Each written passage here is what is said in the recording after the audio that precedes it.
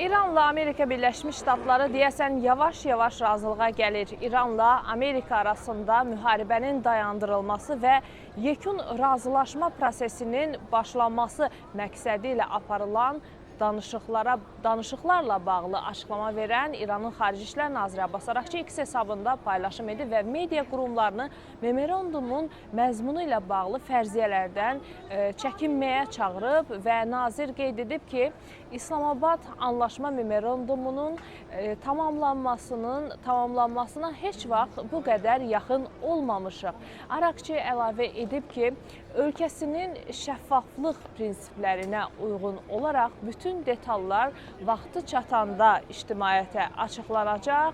Bu barədə İranın Xarici İşlər Naziri Abbas Araqçı bir paylaşım etdi. Daha sonra isə dünya mediası bunu bir sülh addımı kimi qiymətləndirdi və İslamabaddakı danışıqların nəticə verdiyinə ümid edir dünya mediası. Hələlik İran və Amerika Birləşmiş Ştatları arasındakı gərginliyin gəldiyi son vəziyyət bu şəkildədir.